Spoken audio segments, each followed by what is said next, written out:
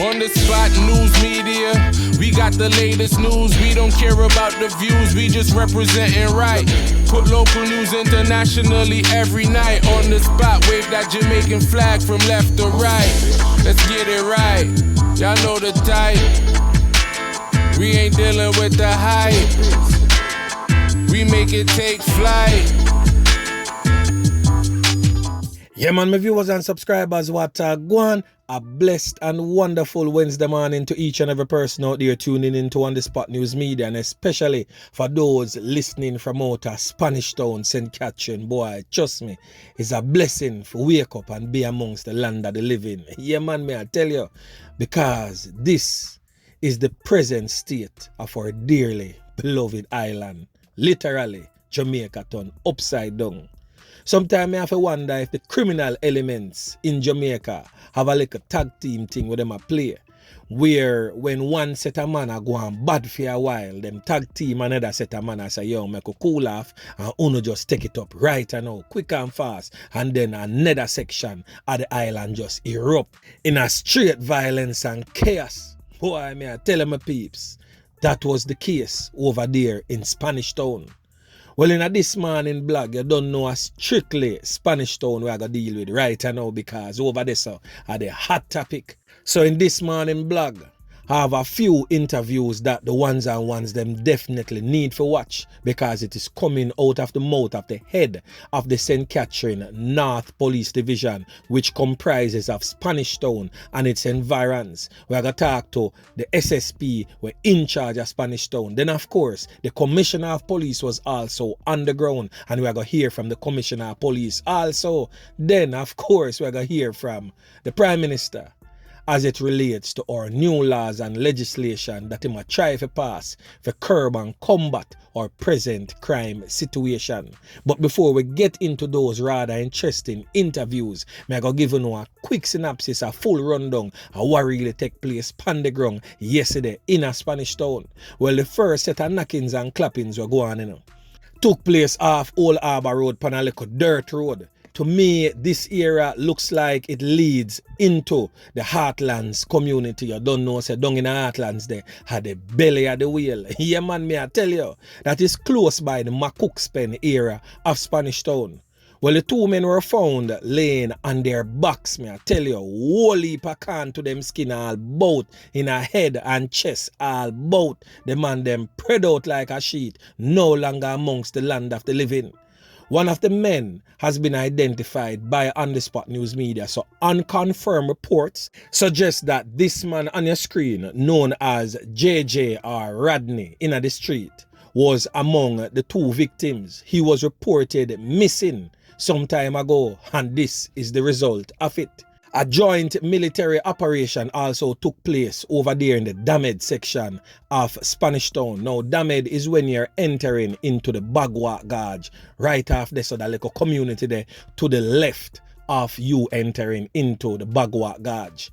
Now, the police them go up on the raid over there, so. And remember the other day when Chief Justice Brian Sykes freed 4 men out of the whole Klansman, the Wandan faction of the Klansman gang trial that is presently being held in the courts. The men freed are Damain Elliston and also Ravaldo Hilton, Owen Armsby and Roisin Williams. Well, the one of them called Damain Elliston was found with not just one, but 2 illegal firearms in that targeted operation carried out by the police in the Damed area. He's presently back in police custody. So my question to you now, Chief Justice Brian Sykes, what kind of Sykes you under? What kind of Sykes you pull off upon the Jamaican public by releasing them all dirty corner boy back into society to continuously create havoc and anarchy in the nation? Well, me just sorry say, a Berisa man never play out upon the targeted operation there. Putting up a resistance and make the squad of them take you out. Yeah, man. But anyway, my peeps, make we continue. Now, them 2 man up on your screen, them are the 2 top man them we get slapped with over there in Spanish Town. Me I tell you, say, the man them deal with the thing bilious. One of them is known as Crocs, the other known as Mackerel. Well, the one we known as Crocs, you know, me I telling you, you know, This thing here nah go end well because Crocs is a top quenga in the thing. As you hear the name Crocs, yeah man, I know not normal. So you don't know say film cronies them, I got definitely retaliate. So persons living in and around the Spanish Town area, it's time to be vigilant. Open on a yai, look out on a corner yai, cause the old dirty corner boy them out for make the thing get dirty. Yeah man. Anyway, we are gonna hear from the head of the Spanish Town Police Station, head also of the St. Catherine North Police Division, and then we are gonna hear from the police commissioner as it relates to what is taking place in Spanish Town, and of course we are gonna also hear from the Prime Minister as it relates to the laws that needs to be implemented to curb this crime monster. So leader of the opposition, we need to get on board with this thing and stop play politics with the Jamaican public and just put aside on political differences and pass these laws into effect immediately. Yeah man, for the benefit of the Jamaican people. Anyway my peeps, listen to Wagwan. Since 6 p.m. this evening, we started a 48-hour curfew in areas such as Torspen, Ellispen, and 31 St. John's Road. In addition to having curfew in these areas, we also will be, so to speak, having additional patrols in other areas that are affiliated to this area. We'll also be taking control of the main corridors leading to these curfew areas by setting up vehicle checkpoints. So as to the principle of curfews, starting tonight, we have a commander on the ground. Commander is DSP Edward. For persons, we're asking persons to please work with the ground commander and his supporting system. So we'll be controlling the area, so any in and out of the area, the permission must be sought from the ground commander. We have recovered 2 firearms in the damaged area and have in custody, 1 man in custody for those 2 firearms. A person of interest, and he's one of 4 that was released just the other day from the trial that is going on, the Black Man Pants trial that is going on. So we're here at the courts at the moment, and fortunately there was a fire here. It seemed to be confined itself to the roof. The fire brigade came and outed the fire. The fire, they're not sure of what caused the fire, but I think they'll be coming back to do further their investigation. The court administrators that I spoke to and the judge was saying that they haven't lost any records and they'll be ready to go tomorrow for court. So it hasn't created a major disruption to the court process. I don't think we've lost any documents, but obviously the roof will have to be repaired at some point. We had some shootings in the town today. There are obviously 2 rival parts of a gang engaging each other. It has been part of the ongoing violence that has been taking place between 31 St. John's Road, Job Lane, Torspen and Railway Lane, and that is the general area. Basically you have 2 parts of a gang that are fighting each other, and as you know, these guys have high-powered weapons and are not afraid to use them on each other. So basically you have a gang war going on. We have given additional resources into the area to Mr. Chambers. He's being supported by a number of formations. At the moment, and for some time now, we haven't had any shooting here. It was earlier on. We actually ended up with 2 people shot and killed, and then 1 fatally shot by a police officer in the conflict, and a weapon recovered. Earlier on today, one of the persons who was released recently in the trial, we arrested him with 2 firearms, and he may be somehow involved in this process as well. So we've recovered 3 firearms and captured, 1 fatally and 1 other since today. We also are doing operations in other divisions to support what is happening here.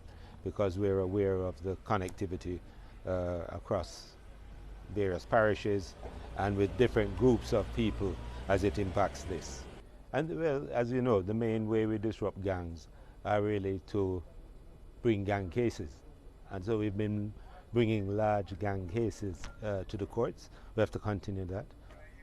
We also have to continue the operational activities that we do against them and to recover the guns from them. I mean, even in the first, 10, 12 days of this month, we already covered 45 guns off of the road. So we're at them and we're taking their means, but there are a lot of guns out there. We find as well that persons who we take off of the road with guns are back on the road very quickly, and we're taking them off again with other guns. So that's part of what we're targeting. The type of criminality that we have, where people are at a setup and somebody just drive up and spray the place.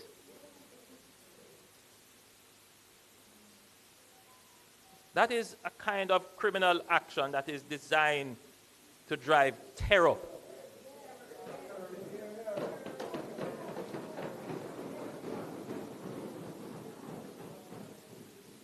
Terror.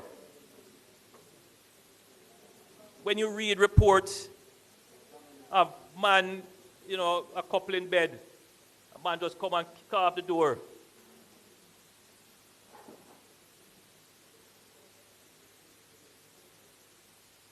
We have some criminal terrorists. That's what we have. We have criminal terrorists in the country. So this is not low-level, random crime. This is crime that has intelligence behind it. Some little youth, them turn big man now. Them used to under Dan. Them feel say them not get nothing from the Dan, so they want to form their own group now. Internal thing. The Dan said, no, you little boy, you can't diss me. And the little boy say, yeah. Fully done.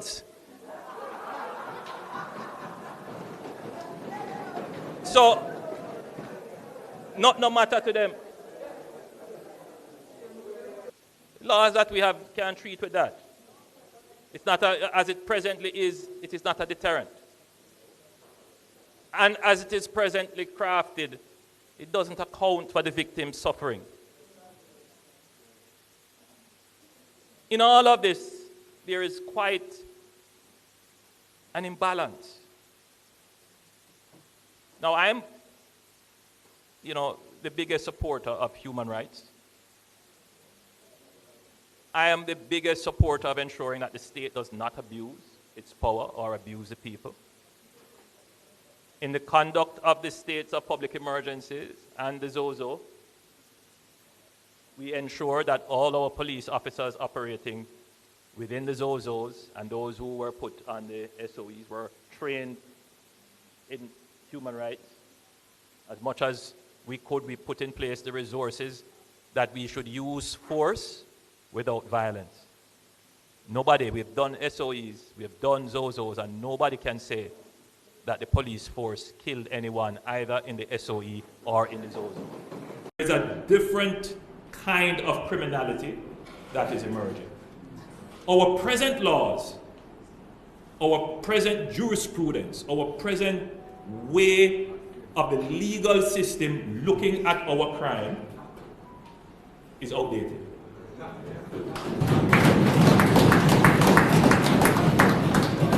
The present thinking about how the law enforcement and the legal system treats with some of the crime, it needs to be more in line with how our crime situation has evolved. Now, when terrorism was an issue, the Americans, the British, the Europeans, they wasted no time.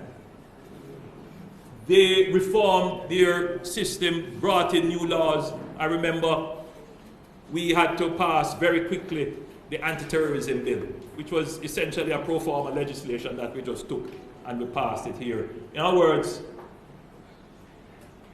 they realized an evolution of a new threat to their society, and they were quickly able to resolve their principles, rights, and freedoms, and make the necessary exceptions to be able to treat with that new threat of terrorism. Hence, you have something, for example, like Guantanamo Bay. You have states of public emergency being used in countries like France for over 2 years to treat with a threat, an existential threat to the safety of their citizens. We in Jamaica, we haven't been able to have that true discourse, and we have been largely crippled.